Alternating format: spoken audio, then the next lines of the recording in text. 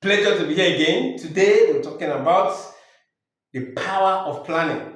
The power of planning. Do you know that God has not left anything to chance? God does not leave things to chance. God planned the earth before He embarked on the creation. God planned your existence before He allowed you to come here on earth. So whatever dream you have, whatever future you desire to feature in, you've got to plan it out and embark on it. So planning is important.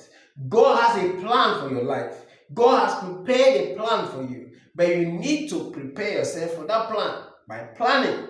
God has prepared a table for you in life, but you need to prepare yourself for that table. The plan of God for you cannot unfold until you plan your way into it. So if you have faith like God, it demands a plan. Faith demands a plan. In fact, planning is the highest display of faith. Planning shows that you have faith. So faith does not cancel planning. You need to plan your life, plan your day, plan your week, plan your month, plan your year, plan your future. Plan the next 5 years, the next 10 years, the next 20 years, the next 50 years of your life. Have plan written down and then let God guide you to execute it. Yes, it doesn't mean that the plan will be as perfect as you may have written them down or come at the time you have written.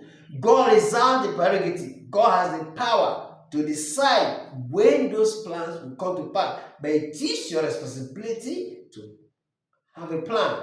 And it's God's responsibility to bring the plans to reality. Until you have a plan, you are not ready about living. Until you have a plan, you are not ready for living. God has a plan for you, but He doesn't plan for you. God has a plan for you, but He doesn't plan for you. So you need to plan so that God's plan for you will materialize. Planning is the highest expression of faith. The highest way to show you have faith is to plan. It shows you believe there's something ahead for you. So planning is God's plan for your life. You need to plan on paper. You don't just plan and think and say, imagine this. I don't know. You plan on paper, write it down. Planning documents a vision. Document it. Write it down on paper. Planning is faith. Follow through on work. When you plan, it shows faith. But faith without work is what? Dead. So after planning, you need to follow through. Take action. Act on them. God's purpose cannot change. Plans may fail, not God's purpose. Your plan may change, may fail, but God's purpose in your life cannot change. If your plan fails, it's just an opportunity to start afresh. Failure is an opportunity. It shows you what works and what doesn't work. It shows you what can be done and what cannot be done. So don't see failure as an indication you have failed. Failure is an incident. It's not about you. It's about the process. It's about the methodology, not about you. So God's plan, God's purpose will not change. Your plan may need to be adjusted, but God's purpose for your life cannot change. So change your plans, but not your purpose. Change your plans the way you want to accomplish it, but don't change your purpose. Sit down and work out the next 15 to 20 years of your life. Have a plan for up to the next 20 years of your life. What you're going to be, where will you be, what will you be doing? Write them down and adjust it as you progress. So plan in line with God's purpose for your life. Your plan should be in line with God's purpose for your life. The purpose of God for your life, your life assignment, which you have sat down, meditated with God, and you've been convinced that this is God's assignment for your life, that this is your purpose while you're on earth. Let your plan be in line with that purpose. And be willing to die for what you are living for. If you have discovered your purpose and you plan in line with it, don't change your purpose, change your plan. Be ready to die if that's because necessary to achieve that purpose. for which God have called you. Jesus died for his purpose. Paul the apostle died for his purpose.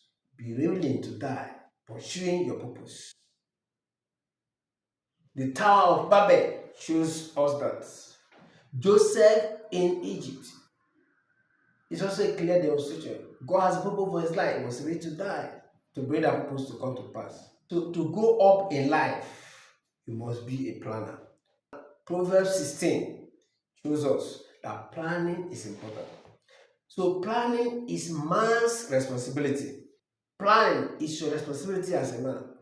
Providing the resources for its success is God's responsibility. So it's your responsibility as a man, as a believer in Christ, as a child of God, as a citizen of God's kingdom. It's your responsibility to plan.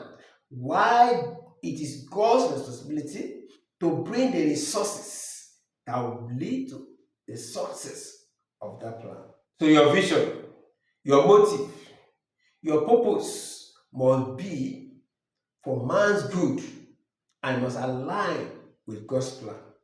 The vision you have, the motivation you have, the purpose that is driving you as you plan, it must be for the good of man, and yours must align with God's plan and purpose so it can excel and succeed.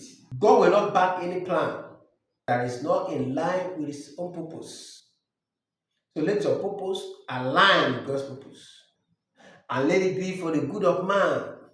Any plan you have for the good of man is God's ordained. I pray God helps us to welcome the task of planning and use planning for our own good, to advance our life, to pursue God's purpose for our life. Plan it down. Let it cover every aspect of life. Let your plan capture every facet of your life in terms of years, in terms of resources, in terms of the steps to take, in terms of time frame. Make plan, take action, go all out for your plans and watch God bring them to pass. So good luck as you plan your way to the top. God bless you.